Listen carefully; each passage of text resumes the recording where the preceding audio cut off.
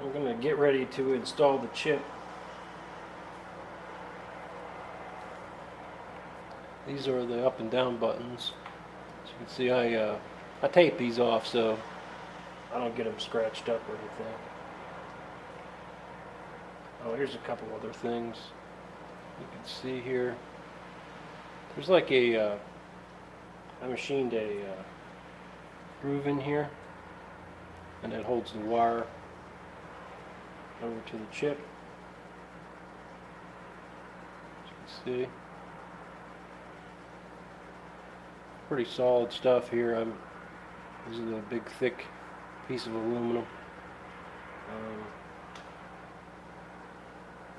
And then for the ground, there is you see this hole, right?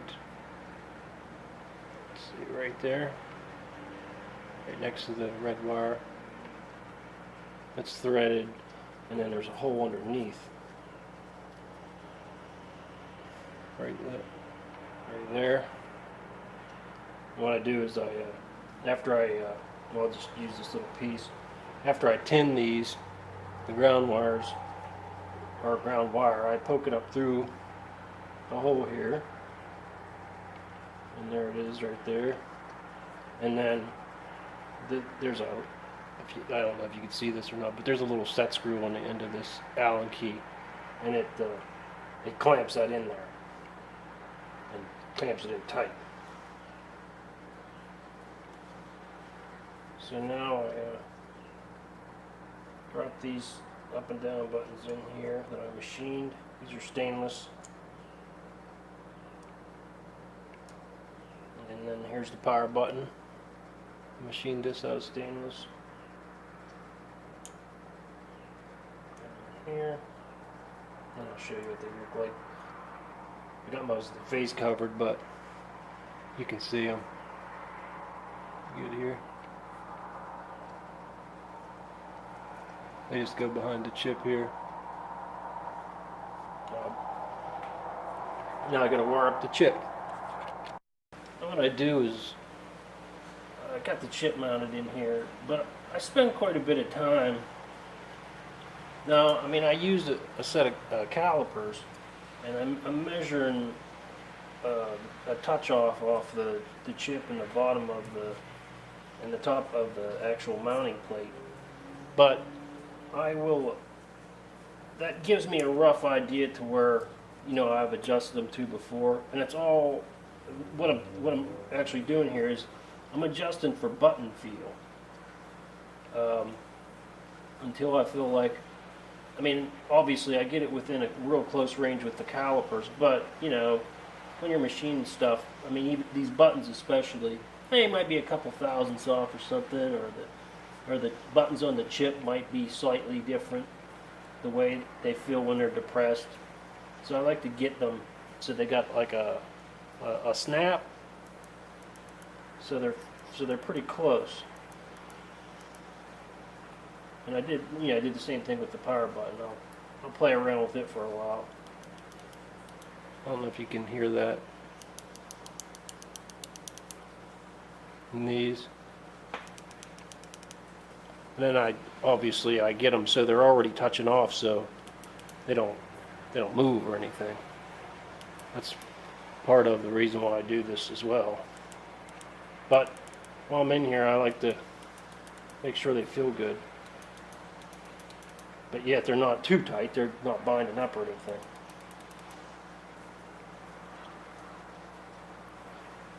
So you can see there's these screws. I machine these shanks down different things. There's certain lengths for what I use. I actually grind them down and make the head smaller and different things. But there's 6 stainless steel screws on here that holds the chip in. But I use all stainless steel screws anyway. These are stainless as well. And then the one down inside the shaft here is stainless. I end up going over all this stuff by hand to give it its final look. This is a maroon Scotch-Brite pad, in case you would ever decide to try to clean up this, get the same grain in it. They're maroon in color. That tells you the grit. This is just a little piece cut off of it. Just get them on the same grain.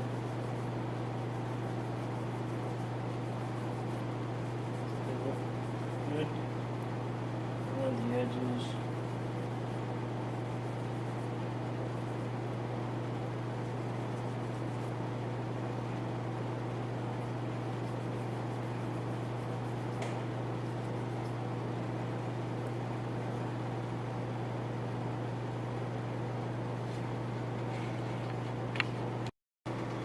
Chip all set up. As you can see, they sit on this sort of metal skeleton, and then what you do here is you just slide this in like one unit,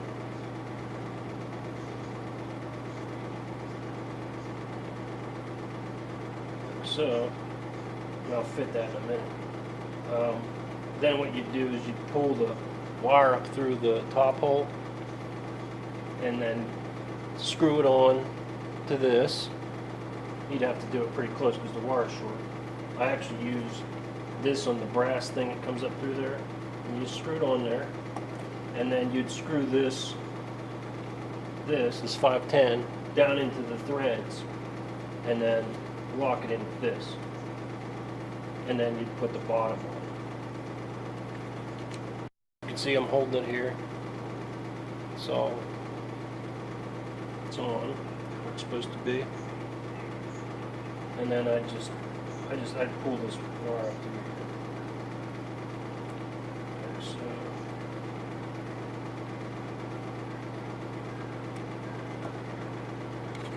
so here this is pulled up, and then what you do is you screw the bottom cap onto that. I'm not going to do it on camera, it's too hard to hold it. See what I do here?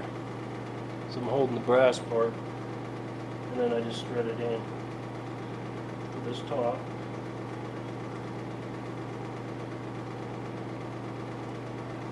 It doesn't have to be ultra tight. And then see, it's connected. And then what you do is you push this down, and then there's threads down in here for the threads on the side of this. And then that locks the top of this chip plate in tight, and the 510. And once you get started, you just tighten it up, holding the chip plate tight. And this pin inside here spins because it's not held in, so it doesn't spin the wire or anything in there because it's loose.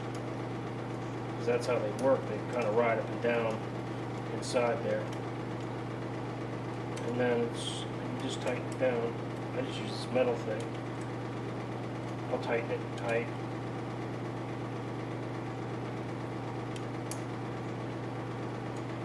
And then there's the top part. And then I'll now work on the bottom.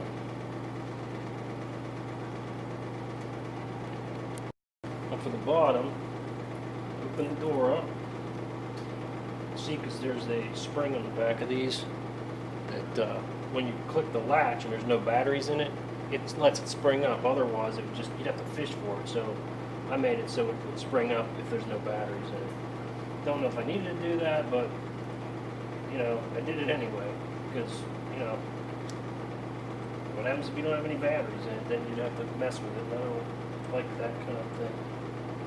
What I do is I put this little dowel in here, and this lines it up to the body and everything. And you know, you can just use anything that's a 1/4 inch.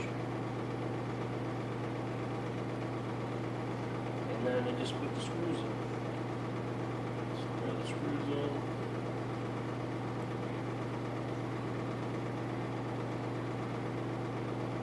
The back screws are different than the front screws, so if you take it apart, make sure you use the right screws. The front ones are a little bit longer than the back ones, than these ones. These are shorter, these are a little hair longer, and they look a little different in the ends. and then you gotta hold it. So everything's tight. I made it so it would be tight. Tight fit. And just feed them in a little bit. Get them started. A little bit here. And these should go in real easy. Make sure you're using the right screwdriver. If you strip these heads out, you're done. So I don't have to make you more. They're turned down. They don't have to be super tight, just finger tight. It's one of these little screwdrivers. Same way it's up front. Tighten these, they sink down in. And then here I got the screws are all in, as you can see. They fit flush. Move this out. And when you're closing these, just this button, this stuff's all spring loaded here. Put a big spring inside here, so it makes a nice click. Here, I'll demonstrate it. Try to move it up here towards the camera a little bit. You can either touch it on the edge. I mean, you can push right there, but I mean, the button's not going to move. You know what I mean? So, kind of makes a satisfying click anyway. See how that nice click it has? And then see, this is what I was talking about, the door being spring loaded. See, it pops it up. See what I'm saying? And then here you go. Instead of click. It's got a nice click to it.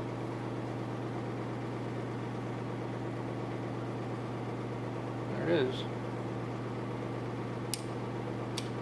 You can see there's a plus and minus on there. You can't, I don't know if you can see it or not.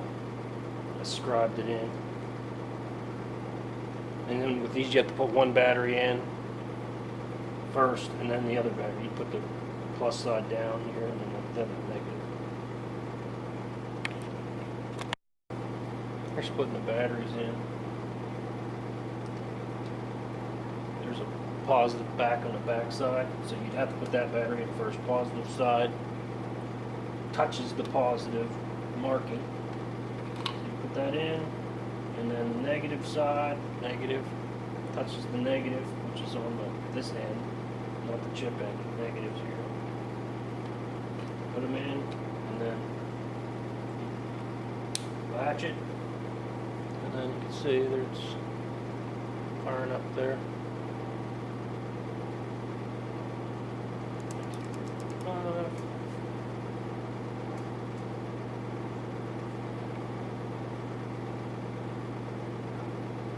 It's on.